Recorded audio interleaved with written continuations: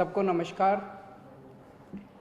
दिल्ली में अभी तक 3515 केस कल रात तक हुए हैं, लगभग 3500। इनमें से 1100 लोग ठीक होके अपने घर चले गए हैं। 59 लोगों की मौत हो गई और 2362 अभी एक्टिव हैं। एक तरह से अगर इसको देखा जाए 3500 केस हुए हैं तो एक मन में ये आता है कि दिल्ली के अंदर केस बड़ी तेज़ी से बढ़ रहे हैं। लेकिन दिल्ली में हमने निर्णय लिया कि हम टेस्ट खूब कराएंगे ताकि पता चल जाए कि कौन संक्रमित है, कौन इन्फेक्टेड है, और जो इन्फेक्टेड है उसका फिर इलाज कराया जा सके, उसको फिर अलग किया जा सके ताकि वो और लोगों को ना फैलाए। हम दिल्ली में खूब टेस्ट करा रहे हैं, जम के टेस्ट करा रहे हैं। आज दिल्ली के अंदर हर 10 लाख की पॉपुलेशन पे लगभग 2300 टेस्ट हो रहे हैं। अंग्रेजी में कहते हैं पर मिलियन पॉपुलेशन। पर मिलियन पॉपुलेशन पे 2300 टेस्ट हो रहे हैं, जबकि पूरे देश का एवरेज जो आंकड़ा है वो है लगभग 500 के करीब का। तो पूरे देश में 500 के करीब टेस्ट हो रहे हैं, जिसके अगेंस्ट में 2300 टेस्ट दिल्ली के अंदर हो रहे हैं। इस वजह से दिल्ली में केसेस की संख्या ऐसे लगता है जैसे काफ़ी बढ़ती जा रही है। लेकिन एक पॉजिटिव इसका ये है कि हमारे लोग इन्फेक्ट होके ठीक होके जा रहे हैं।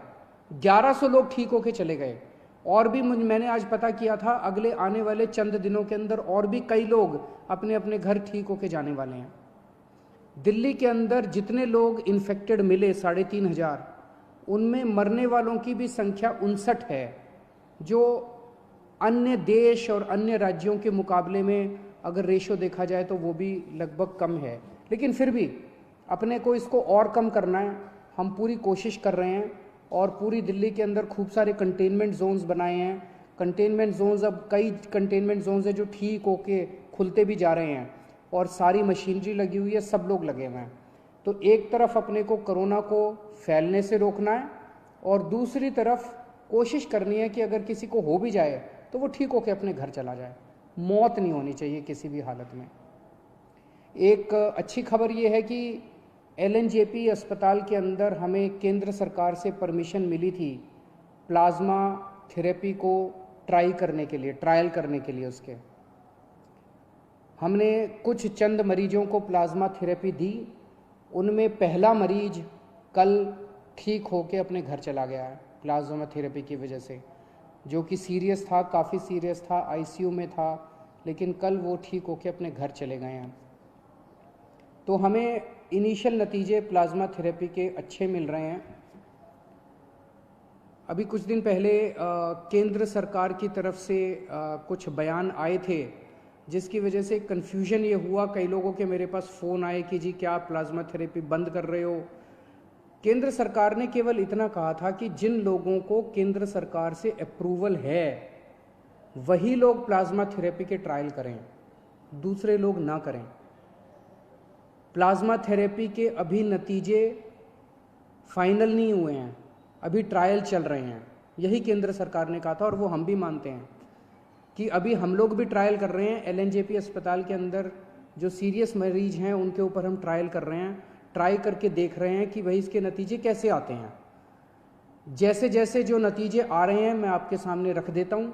शुरुआती नतीजे अच्छे आए हैं, लेकिन उम्मीद करते हैं कि आगे भी अच्छे नतीजे आएंगे ताकि अपने को एक समाधान मिल सकेगा। तो कुछ लोगों ने कहा कि क्या आप बंद कर रहे हैं? नहीं, दिल्ली के अंदर प्लाज्मा थेरेपी के ट्रायल पूरी जोर शोर से चल रहे हैं और जैसे जैसे जो नतीजे आएंगे मैं आपको बताता जाऊंगा।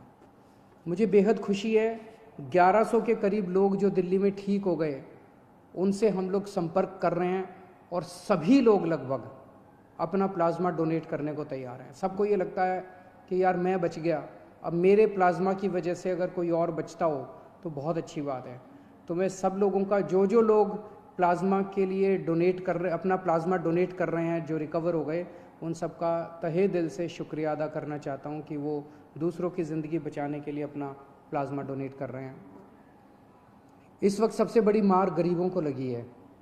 रोज़ कमाने खाने वालों को बहुत बुरी मार लगी है, उनके घर में तो खाने पीने के लाले पड़ गए हैं। तो अपनी तरफ से हम पूरी कोशिश कर रहे हैं। हमने इस महीने हम राशन दुगना दे रहे हैं मुफ्त में। हर महीने नॉर्मली 5-5 किलो राशन दिया जाता था। पिछले हफ्ते हमने 1.5 गुना दिया था, 7.5 किलो राशन प्रति व्यक्ति दिया था। इस महीने हम लोग 10 किलो राशन प्रति व्यक्ति दे रहे हैं, ताकि आपका घर चलता रहे, आपका खाना चलता रहे, आपके घर में खाने की दिक्कत ना हो। और राशन के साथ साथ कई लोगों का ये आया था जी केवल राशन से काम नहीं चलता, तो हम एक किट दे रहे हैं जिसमें आपकी रोज़मर्रा की ज़रूरतें की 6-7 चीज़ें हैं। साबुन है, तेल है, इस तरह की नमक है, इस तरह की 6-7 चीज़ें आपको बना के किट में दे रहे हैं ताकि आपकी रोज़मर्रा की ज़िंदगी चलती रहे। कोटा के अंदर हमारे दिल्ली के कुछ बच्चे जो IIT की तैयारी करने के लिए गए थे वो फंसे हुए थे। उनके कई मैसेजेस आते थे मेरे पास पिछले कुछ दिनों से कि जी हमें वापस बुलाओ। मेरे हाथ बंधे हुए थे क्योंकि केंद्र सरकार की मंजूरी के बिना हम कोई एक्शन नहीं लेना चाहते थे। परसों केंद्र सरकार ने मंजूरी दे दी है। आज दिल्ली से लगभग 40 बसें कोटा जा रही हैं और मुझे उम्मीद है कि शायद कल ये बसें उन बच्चों को लेकर वापस आ जाएंगी। और मुझे खुशी है कि वो बच्चे अब अपने माँ बाप से मिल पाएंगे। मैं उनको यही कहना चाहता हूँ कि आने के बाद 14 दिन तक अपने घर में सेल्फ़ क्वारंटाइन करना है ताकि दूसरों को ना फैले, आपके घर के लोगों को भी ना फैले और दूसरे लोगों को भी ना फैले। मेरे पास कई लोगों के फ़ोन आ रहे हैं, कई लोगों के मैसेजेस आ रहे हैं कि जी यूपी के, बिहार के, झारखंड के जो लोग अपने अपने घर जाना चाहते हैं उनका क्या। तो सभी सरकारों के साथ बातचीत चल रही है। जैसे आज मैंने आपको कोटा के बारे में बताया, अन्य सरकारों के साथ भी बातचीत के जो नतीजे निकलेंगे हम आपको ज़रूर बताएंगे। जो भी फाइनल प्लानिंग होगी हम आपको ज़रूर बताएंगे।